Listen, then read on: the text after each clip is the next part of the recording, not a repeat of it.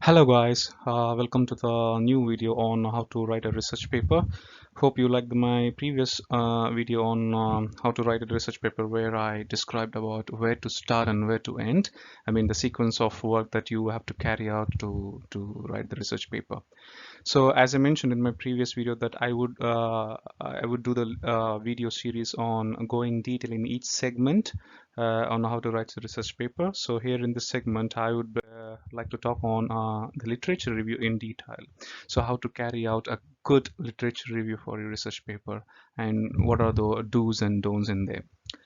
So as I mentioned in my previous video itself, like literature review is kind of quite a boring task for any journal writer, especially on academic journals. So you have to read all the past research studies and come up with a nice storyline and with due respect handling the previous works and mentioning the advantages and disadvantages of them and then building your scope.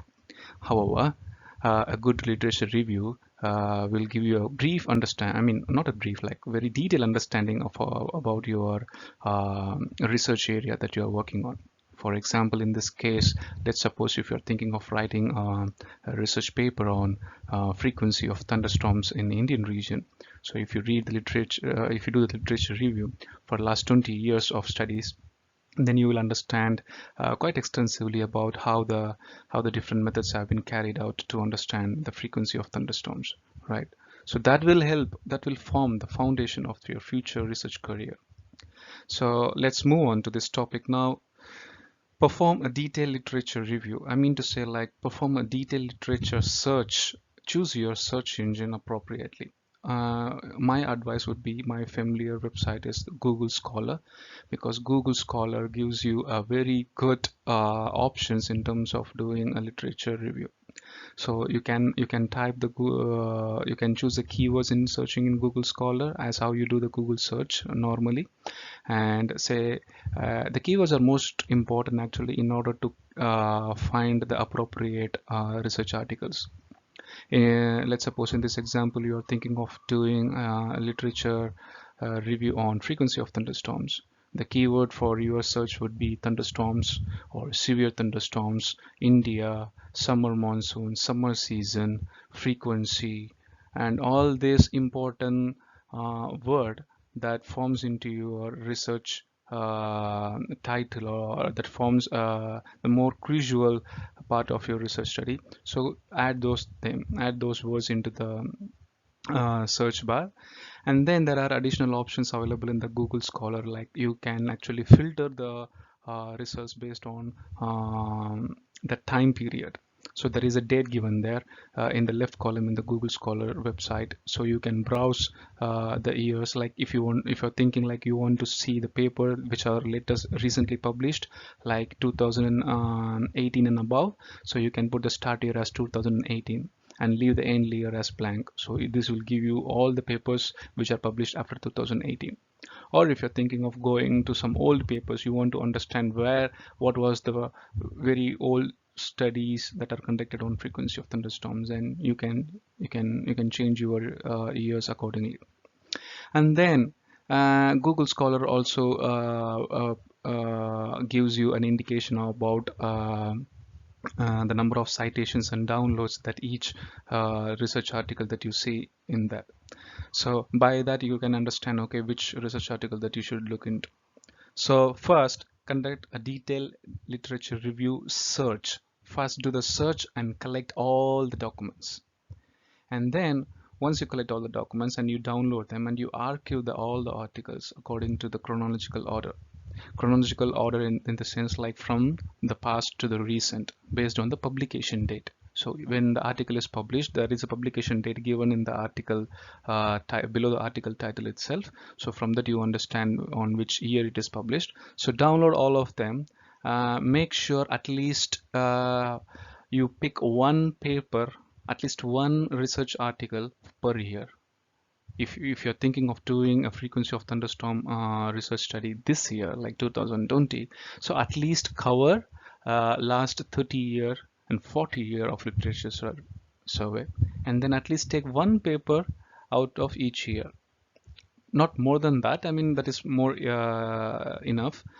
And how to do this in the sense like not necessarily you have to give focus to all the research articles. So stay focused to 3 or 4 papers. Some authors might have impressed you, their methodology might have impressed you, their research might have impressed you. So if you go to the literature review content of that particular papers, then they might have referred the previous studies. So from there you can cross-reference. This is called cross-reference. So read their literature review. If their English is very good, very well written, very well structured, stick to those research papers and then do the cross reference from those papers, right? So download your papers and then archive them according to chronological order is the next step. And then what you do have to do is you have to start writing on yourself a short summary note for each research article. So let's suppose you have downloaded some 40 papers. The best practice is read the paper, like read the, as I said, don't read the complete paper and then you will get exhausted or you'll get lost and you will lose interest in doing the literature review itself. So first read the abstract of the paper and understand, okay, what is the aim of the study and what they are, what is the crucial results and all. And then if you're impressed by reading the abstract, then move to the research and methodology section. Understand the method that they have applied, understand the tools that they have used, the model that they have used, or any formulation that they have used, and then see the results. If the results are convincing to you, and read the conclusion and summary. In conclusion summary, many research articles, they convey the shortcoming of the research work itself. What advanced method might have improved the research. So collect all those information and write a short summary, not more than 3 lines. Just write 3 lines covering the aim, method, and the conclusion of the study on your own language. In this way, you are preventing the plagiarism of the work. Many people, since they are having less time to write a research paper, so they come up with copying the lines and rephrasing it and thinking smartly, like rephrasing will not will get rid of the plagiarism, but it is not necessarily. So if you write on your own, you're choosing your own words, you're choosing your own language, and you're becoming a reviewer by yourself. If you're writing on your own, right? So by that way, you can get rid of the plagiarism, and this also improves your writing skill for a long run, and this will improve yourself, your skills in writing a scientific paper. So do the short summary note for each research article covering aim, method, and conclusion. And then, so what kind of research articles that you should pay attention to? So you should only pay attention to the reputed journals.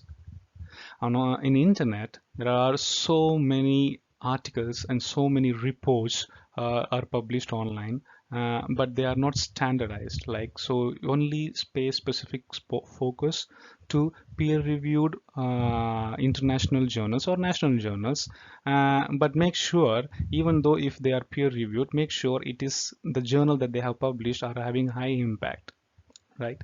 So this is a quite relative thing, the impact factor that usually the research people try to follow, but the impact factor is quite relative in nature. It differs from department to department. On engineering department, the impact factors are quite high.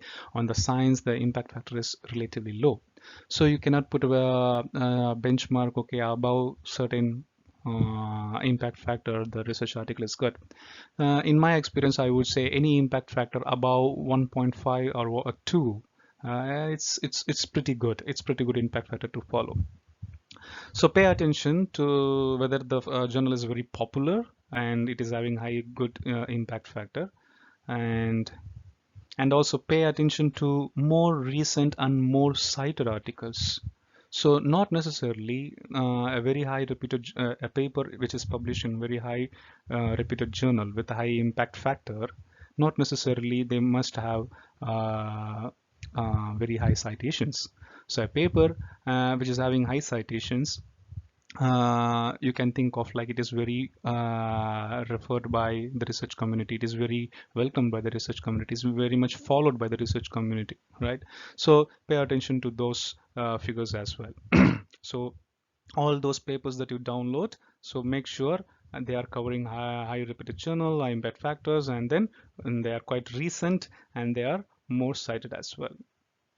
And then when you're writing the summary, and you will be citing the paper, the authors itself, right? So and so et al 2000, so and so et al 2005, something like that.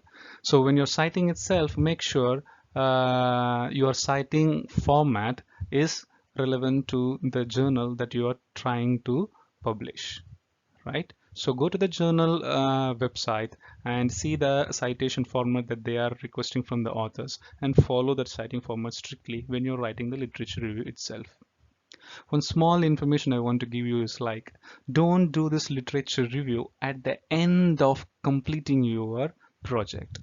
When so what usually people do, of course, I mean 80 to 90% of people do is they do the literature review quickly, they jump into research and methodology, they start doing the work, and they produce figures, and they do all the analysis, and they discuss with the professor at the end. At the end, they don't have time. They must be having 1 and 1.5 month time for completing the course, and then they think of started writing the paper. It is a very short time for any new research scholar or any master student in just 1.5 months or 2 months writing the paper and getting it published. It's very hard, and people get tired, and then they lose interest in publishing, and then they leave the college just like that. So my advice would be, when you're doing the literature review to build your research work, start writing the summary by yourself by that time itself. So it should happen parallelly. So the literature review that you're doing, and make sure you're preparing a nice storyline. It is a very difficult task. It is very easy to say here, but it is really a difficult task, because you're downloading the paper. Say, for example, you're downloading 20 research articles covering 20 different years, 20 different authors, right? But they are falling on the same subject called frequency of thunderstorms. But the frequency of thunderstorms, some paper might have studied it in India, some paper studied it in US, some paper might have been conducted in Europe, right? So, and then you have collected them, you have read them, you understood the methodology, and now you're going to connect the dots. That is making a storyline. That's very difficult. So try to do this in a chronological order. Start from the old research paper and describe their methodology, conclusions, and go on, right? So the reader who are going to read your paper, and the reviewer who are going to review your paper and give criticism, and they are going to criticize your work, make sure you are promising them by showing a nice storyline, and they get impressed by your efforts, right? Address the pros and cons of the previous studies. So in the literature review, you're not only doing summarizing the previous work, you're also giving your own conclusion by addressing the pros and cons of the work, right? So here you should not actually criticize the previous authors, right? You cannot go very black and white and say, okay, they used very bad data, they used very bad methodology. You have to deal here with more respect, because the previous authors might be might become your reviewers as well, and you one day will become a old. I mean, when you publish a paper in future of next 5 years or 10 years, your paper will become old, your methodology will become old as well. So not necessarily you have to criticize the previous studies so heavily. So deal with respect. And finally, end your literature review section with a nice summary of shortcomings that you address from all the previous, and set a benchmark. Okay, on frequency of thunderstorms, these are all the methods that have been applied, and these methods have some shortcomings on understanding the frequency of thunderstorms, and these data have some uncertainty, so and so. So like this, you are addressing the shortcomings, and then you are introducing your methodology in a short way. Here in the study, I'm going to use the satellite data which has been launched in the last 5 years, and which is of high resolution, temporal and spatial, and I'm going to apply a refined methodology out of the previous literature work, so on. So if you write this way, a reader who studies a literature review covering all the story that has happened in the last 20 years, and then reading the scope of your work when you introduce, they will get a clear view what you're exactly wanted to contribute to the research community here. So these are all the list I wanted to discuss with you guys today. So pay attention to all this list, and if you think of anything that I missed, please mention in the comment section. And so by this I end the literature review do's and don'ts video by here, and in the next video I will cover how to write the data sources section in your literature review, sorry, in your academic paper. Thanks you all, and have a nice day. And if you like the video, please comment, subscribe, and share the video. Thank you all.